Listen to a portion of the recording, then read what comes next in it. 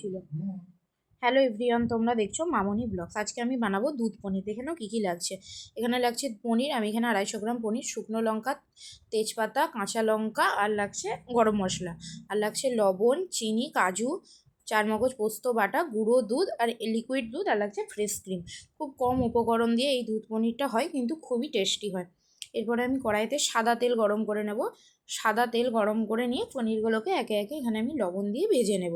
লবণ দিয়ে পনিরগুলোকে ভেজে অবশ্যই গরম জলে লবণ আর চিনি দেওয়া গরম জল করেছি, দিয়ে সেখানে আমি ভিজিয়ে রাখবো যাতে পনিরটা পুরো সফট থাকে।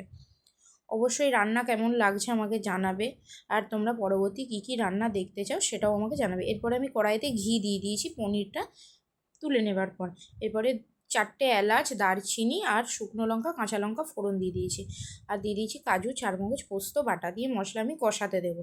এরপরে আমি যে গুঁড়ো দুধটা নিয়েছি আর যে এমনি লিকুইড দুধটা নিয়েছিলাম সেখানে আমি মিশিয়ে নেব এই দুধটার সাথে। এই দুধটাকে একটু হালকা গরম করে নিয়েছি, নিয়ে আমি মিশিয়ে নেব।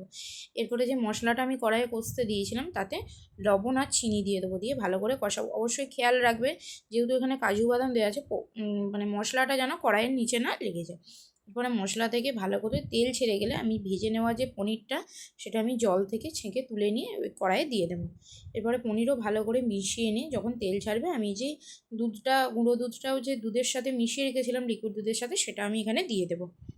দিয়ে খানিকক্ষণ ফুটতে দেবো, এটা পুরো গা মাখা হয়।